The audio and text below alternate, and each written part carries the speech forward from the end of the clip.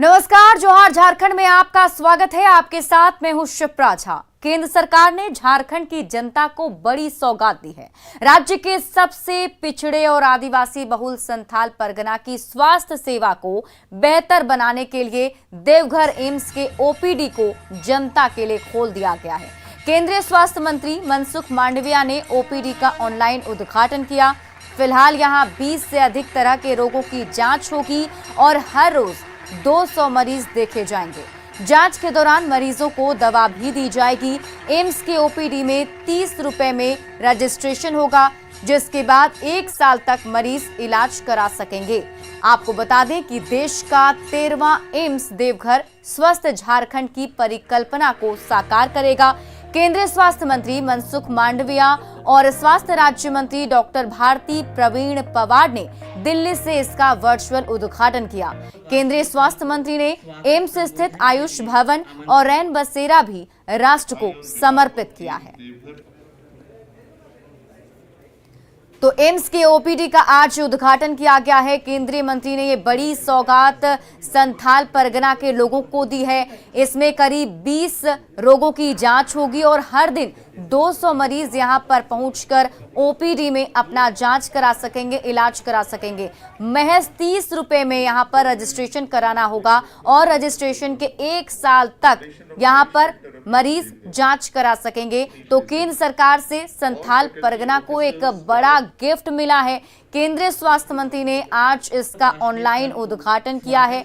20 से अधिक तरह के रोगों की यहां पर जांच होगी, जिसमें लोगों को काफी ज्यादा सुविधा होगी और ना सिर्फ संथाल परगना के लिए बल्कि पूरे झारखंड के लोगों के लिए एक खुशी का पल, उनके लिए एक बड़ी सौगात। क्योंकि देवघर एम्स में जब से ओपीडी की शुरुआत होगी तब से ज्यादा मरीज यहां पर आकर इलाज करा सकेंगे और महज 30 रुपए में आपका यहां पर रजिस्ट्रेशन होगा। रजिस्ट्रेशन कराने के बाद आप 1 साल तक यहां पर अपनी जांच करवा सकते हैं और हर दिन का जो टारगेट रखा गया है, यानी कि हर दिन करीब 200 मरीजों को देखा जा सकता है और इसके अलावा 20 रोगों की यहां पर जांच होगी।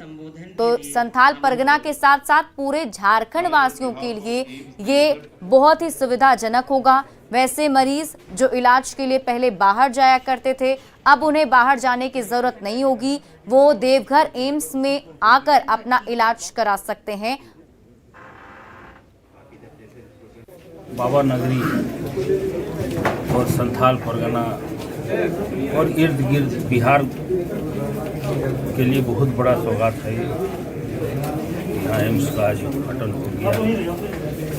अभी बढ़िया शुभकामना यही देते हैं कि बढ़िया से चले और जो कमी है अभी भी डॉक्टर और विभाग की कुछ कमियां हैं उसको दूर करते हुए सभी पूरे आंध्र प्रदेश के लोगों को और खासकर संथाल परगना और देवघर के लोगों को आज ढेर सारी शुभकामना की।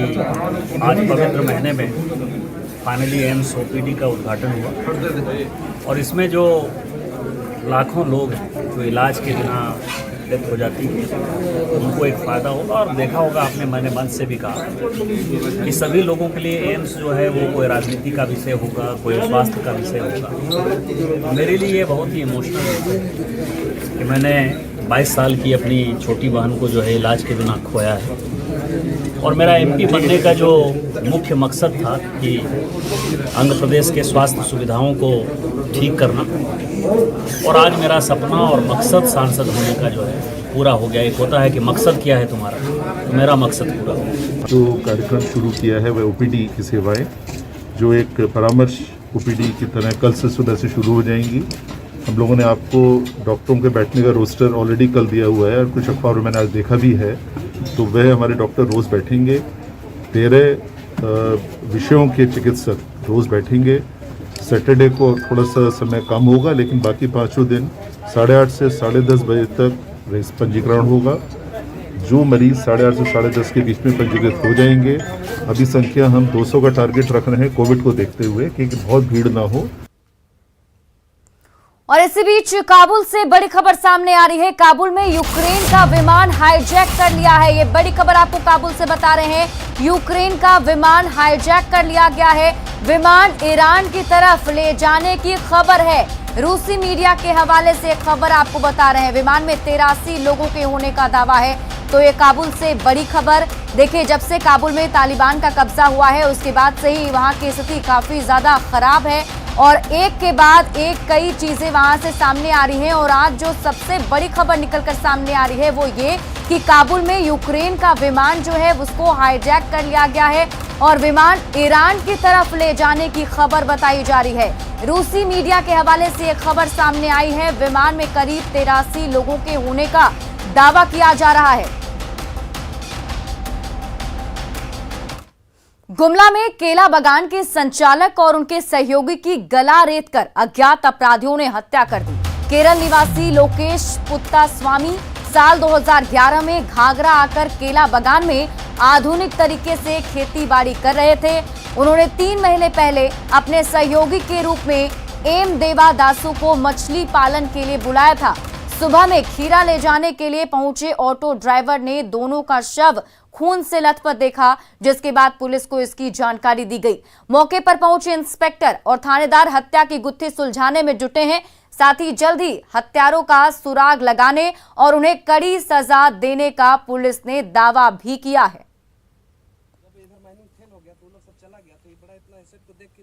घाघरा में सुबह सूचना मिली है कि 2 लोग जो केरल के थे, यहाँ पे फार्मिंग कर रहे थे पिछले 15 साल से, उनके धारदार हथियार से मृत्यु हो गई है। इस संदर्भ में वहाँ पे थाना प्रभारी, इंस्पेक्टर और डीएसपी लोग पहुँचे हैं। वहाँ जांच पड़ताल चल रहा है। केस आगे जो भी निकलेगा उसके अनुसार हम कार्रवाई करेंगे।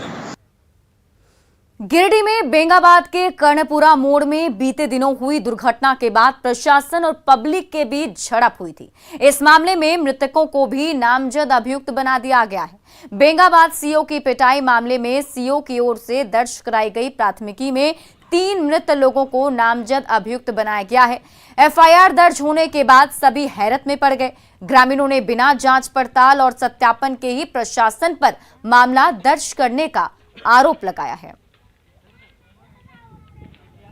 हमरा पता ना है जब वहाँ की भेल अपन दुकान में समटे हम बैठ गए। पति का क्या नाम है? गुलाम रसूल। कब डेट हुआ? और 2020 में। अच्छा, तो एफआईआर कैसे हो गया उसके खिलाफ? तो वही तो कैसे अब दे डाल के, जब दुनिया पर वो है ये ना है तो नाम कैसे दे डाल। घटना घटल है, जब हम हमने वहाँ है तो हमने वहाँ कोई है ये नहीं है, तो वहाँ हमारे पति जी के नाम कैसे पड़ गया, कैसे केस हो गया। अच्छा, तो पति जी का क्या हुआ है? पति जी इंतकाल हो गया। कब इंतकाल किया है? 4-5 साल हो गए। मामला यही था कि हम भोजधा हाई स्कूल का अध्यक्ष हैं जी। हम यहाँ झंडा फहरा के कर्णपुरा पंचायत भवन जा रहे थे जी। तो कर्णपुरा जब पहुँचे तो भीड़ देखें तो वहाँ भीड़ काफ़ी थी।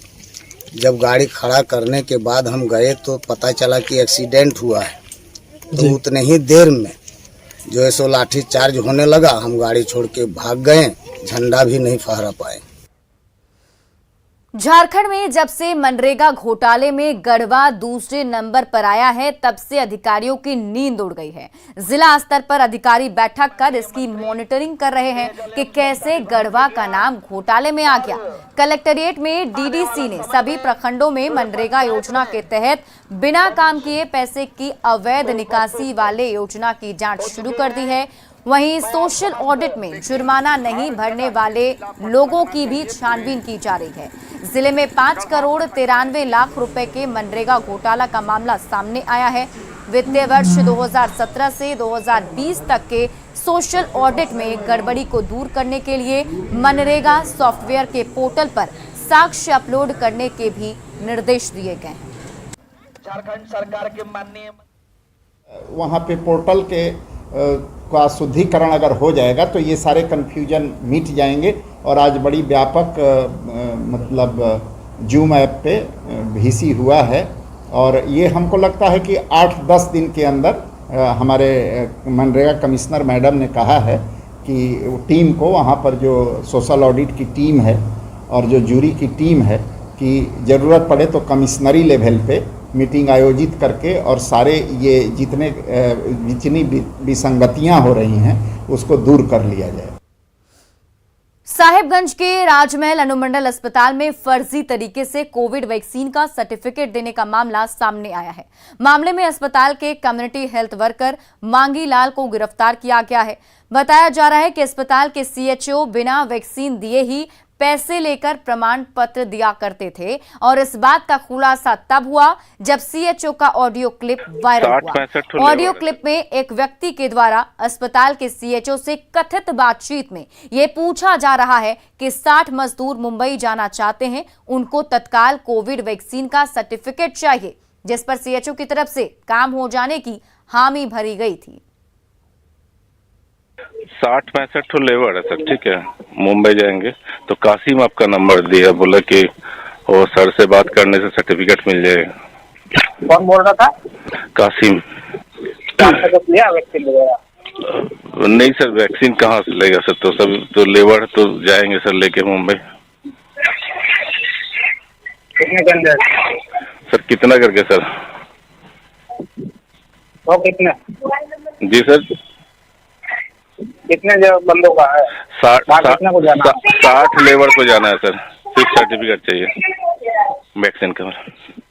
हेलो सर, कितना देना पड़ेगा सर, आप बोलेगा तो सर। उससे बोलो कासिम जी, कासिम से जिसने बोला। कासिम सर 400 रुपये का बोला है सर। 400, ठीक है, सर्टिफिकेट मिल जाएगा ना सर? ठीक है सर, थैंक यू। कहाँ आना सर, कहाँ आना पड़ेगा सर? किससे बात कर लीजिए, वो बता देगा पूरी। ठीक है सर। एक सीएचओ द्वारा बिना वैक्सीन दिए हुए ही उसका पूर्ण वैक्सीनेशन का सर्टिफिकेट दे दिया गया था। अब इसकी सच्चाई वायरल, इसका जो ओरल और वीडियो है उसका जांच होगा, जांच से पता चलेगा। भारतीय बाजारों में ड्राई फ्रूट का अफगान कनेक्शन शुरुआत से ही रहा है। खासकर अंजीर, पिस्ता बादाम, पिस्ता, ब्लैक किशमिश, खुरमानी और मसालों में सहजीरा पर अफगानिस्तान का एकाधिकार शुरू से ही रहा है। लेकिन जब से अफगानिस्तान पर तालिबान का काला साया पड़ा है, उसके बाद से ही ड्राई फ्रूट के बाजार में काफी तेज उछाल आई है। रांची के डेली मार्केट में ड्राई फ्रूट के बाजार का जायजा लिया हमारे सहयोगी संजय कुमार सिन्हा ने। अफगानिस्तान में तालिबान के हो हंगामे और कब्जे के बीच पूरी दुनिया में एक तरह से हंगामा मचा है और उसका कारोबार पर भी सीधा असर पड़ा है। हम इस समय खड़े हैं राजधानी रांची के डेली मार्केट में, जो कि ड्राई फ्रूट का सबसे बड़ा बाजार है और अफगानिस्तान से जो सामान ड्राई फ्रूट के तौर पर यहाँ पर आते हैं उनकी कीमतों में भारी इजाफा हुआ है। हम आपको दिखाना चाहते हैं कि अफगानिस्तान से बेसिकली यहाँ पर पिस्ता बादाम, अंजीर, तो अंजीर दिखाइएगा, और आपको एक सहजीरा आता है और खुरमानी, ये 3-4 सामान जो ड्राई फ्रूट के हैं वो अफगानिस्तान से आते हैं और इनके रेट में काफ़ी ज़्यादा इजाफा हुआ है।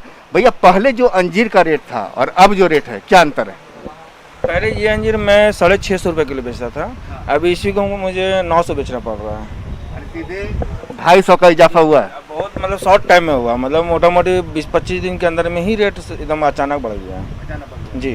खरीदारी करने के लिए एक महिला भी यहाँ पहुँची है, उनसे बात करें कि एक लोग कहते हैं कि बुजुर्ग लोग ज़्यादा ड्राई फ्रूट खाते हैं, अंजीर खाते हैं, तो आप लोग जो कीमत ज़्यादा चुका रहे हैं, क्या कहने क्या? बहुत दिक्कत हो रही है, इतना कीमत अभी जैसे कि लॉकडाउन की वजह से सभी का कारोबार भी ठप हो गया है और सामान का जो कीमत में जो इजाफा हुआ है उससे खरीदारी में या हम लोग का खरीदने में बहुत दिक्कत हो रही है। देख सकते हैं कि जैसे ही बाजार में जो कीमतों में उछाल आया है उसका सीधा असर जो है खरीदारों पर भी पड़ रहा है। और देख सकते हैं कि यहाँ पर कुछ और खरीदार हैं। सर, एक तरीके से जो इस तरीके से कीमतों में इजाफा हुआ है अफगानिस्तान में, जैसे वहाँ से काफ़ी ज़्यादा ड्राई फ्रूट अंजीर आता है, सीधे 250 की उछाल आई है, क्या कहेंगे आप? जो परिस्थिति है उसके हिसाब से तो ठीक ही है, अभी तो पूरा शॉर्टेज है सब माल का। अफगानिस्तान से बेसिकली कौन कौन सामान आते हैं? बादाम, पिस्ता, खुबानी, ब्लैक किशमिश, मुनक्का, सब अफगानिस्तान का है। पहले से रेट में क्या अंतर हुआ है? बहुत ज़्यादा करके आपका फ़र्क पड़ा है बादाम में। 600 रुपये किलो बादाम बिक रहा था मार्केट में, जो अभी बिक रहा है आपका 1000 रुपये, 400 रुपये किलो बढ़ा है। मैंने रखता है यहाँ 20 रुपये बढ़ता है, तो खुबानी उबानी में ज़्यादा नहीं बढ़ा है, 100 रुपये बढ़ा है मैक्सिमम। पिस्ता में आपका बढ़ा है थोड़ा 200 रुपये किलो में। पहले से जो रेट था वो रेट में 250 से लेकर 500 रुपये तक की बढ़ोतरी हुई है। तमाम कीमतों में उछाल आई है। जाहिर है कि जब तक अफगानिस्तान में गोलियों की तड़तड़ाहट जारी रहेगी, कीमतों में उछाल यूं ही जारी रहेगी। संजय कुमार सिन्हा, न्यूज़ 18, रांची। झारखंड के शशांक राज भारतीय जनता युवा मोर्चा की राष्ट्रीय कार्यकारिणी के सदस्य बनाए गए हैं। न्यूज़ 18 से बातचीत में शशांक राज ने जिम्मेदारी सौंपने के लिए पार्टी के सभी नेताओं को धन्यवाद दिया। वहीं झारखंड में सीएम हेमंत सोरेन के 1.5 साल के कार्यकाल में युवाओं की अनदेखी पर नाराजगी जताते हुए सड़क से लेकर सदन तक आंदोलन करने का ऐलान किया है। सम्मान दिया है, आम कार्यकर्ता को सम्मान दिया है कि मैं राष्ट्रीय नेतृत्व के साथ काम कर सकूं, झारखंड का प्रतिनिधित्व कर सकूं। मैं पूरी राष्ट्रीय टीम को, पूरे प्रदेश नेतृत्व को बहुत बहुत धन्यवाद देता हूं। 1.5 साल बीत जाने के बाद भी हेमंत सोरेन जी की सरकार ने एक वादे को अमली जामा नहीं पहनाया है। मैं पूरे भारतीय जनता युवा मोर्चा इस हेमंत सरकार के नीतियों का, इनके जो भी आने वाला डिसीजन होगा, जो युवाओं के पक्ष में नहीं होगा, इन सारे चीज़ों को लेकर भारतीय जनता युवा मोर्चा सड़क से लेकर सदन तक लड़ेगी और संघर्ष करेगी और इस जो हेमंत सोरेन जी की भ्रष्टाचारी सरकार है इसको उखाड़ फेंकने का काम करेगी। कांग्रेस के राष्ट्रीय प्रवक्ता डॉक्टर अजय कुमार का रांची एयरपोर्ट पहुंचने पर स्वागत किया गया। उन्होंने कहा कि पार्टी को मजबूत बनाना सभी नेता और कार्यकर्ताओं की जिम्मेदारी है। उन्होंने पार्टी में उठ रहे एक व्यक्ति एक पद पर पार्टी नेतृत्व पर फैसला छोड़ा। वहीं बीजेपी को भगाना सभी का लक्ष्य करार दिया। कौन अध्यक्ष छोटी सी बात है, चुनौती और बड़ी है ना। नहीं तो ये देश को जो है ना धरातल पर ले जाएंगे, बर्बाद कर देगा। गरीबी बढ़ रही है, बेरोजगारी बढ़ रही है। मैं आपके माध्यम से एक ही बात कहना चाहूँगा, जो पार्टी तिरंगा को अपमानित कर सकता है, अपने व्यक्तिगत पार्टी को जो ऊंचा रखता है, उस पार्टी को एक दिन भी इस देश में रहने के लिए जो है हक नहीं। झारखंड में कोरोना के बढ़ते मामले को देखते हुए रांची के बिरसा मुंडा एयरपोर्ट पर जांच का दायरा बढ़ा दिया गया है। दूसरे राज्यों से आने वाले वैसे यात्रियों जिन्होंने अभी तक वैक्सीन का डबल डोज नहीं लिया और जिनके पास 72 घंटे पहले की RT-PCR रिपोर्ट नहीं है, उन सभी की जांच रांची एयरपोर्ट पर की जा रही है। रांची एयरपोर्ट पर जांच का जायजा लिया हमारे सहयोगी संजय कुमार सिन्हा ने। झारखंड में कोरोना के बढ़ते मामलों को देखते हुए रांची एयरपोर्ट पर जो है जांच व्यवस्था को काफ़ी यहाँ पर कड़ी कर दी गई है। आप देख सकते हैं कि बाहर से आने वाली जितनी भी फ्लाइट हैं उससे उतर जो भी यात्री बाहर निकल रहे हैं, तमाम लोगों की यहाँ पर एंटीजन और RT-PCR दोनों टेस्ट किए जा रहे हैं। और यहाँ पर सुरक्षा बल को भी बढ़ाया गया। पहले 5 लोग यहाँ पर सुरक्षा में थे, अब यहाँ पर 10 पुलिसकर्मियों को लगाया गया ताकि कोई भी यात्री बिना जाँच के बाहर नहीं निकल पाए। आप यहाँ कौन सा जाँच किया जा रहा है मैडम? एंटीजन और RT-PCR दोनों जाँच हो रहा है सर। जितने भी लोग यहाँ पर आ रहे हैं सभी की जाँच हो रही है? सर जो जिसका डबल डोज हुआ है उनका नहीं हो रहा है और सिंगल डोज और सबका हो रहा है। जिनका डबल डोज हो चुका है उनकी जांच नहीं हो रही है। दिल्ली में जांच हुई थी आपकी? नहीं, जांच नहीं हुई थी। जांच नहीं हुई? ना जांच नहीं। क्या वैक्सीन लिया आपने? हाँ, एक सिंगल डोज लिए है। एक वक्त था जब लोगों को वैक्सीन के फायदे गिनाने पड़ते थे, उन्हें टीका लेने के लिए राजी करना पड़ता था, लेकिन आज तस्वीर बदल गई है। हालांकि कुछ तस्वीरें कोरोना प्रोटोकॉल के लिहाज से हमें चेतावनी देती नजर आ रही है, लेकिन भीड़ बताती है कि टीके पर लोगों का भरोसा कितना बढ़ चुका है।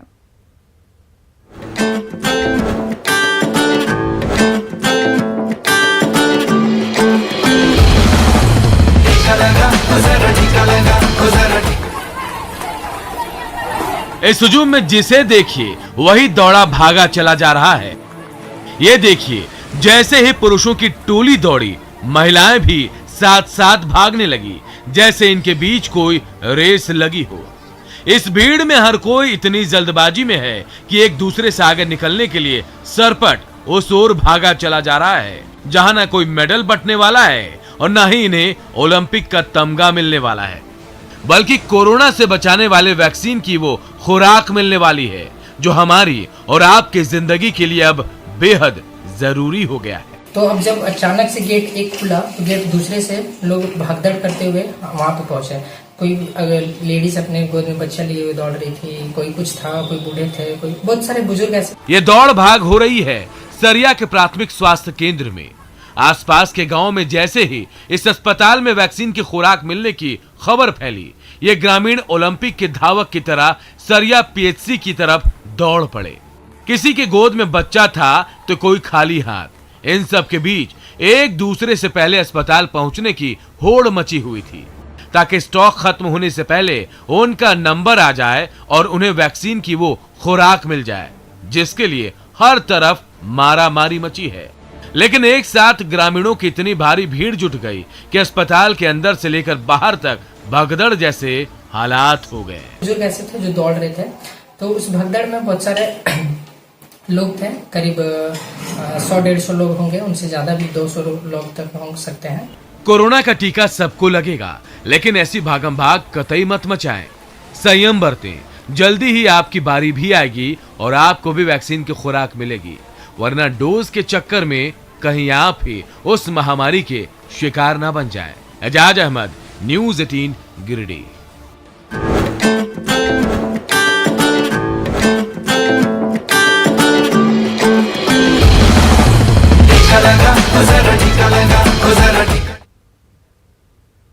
और आइए अब देखते हैं झारखंड 2020।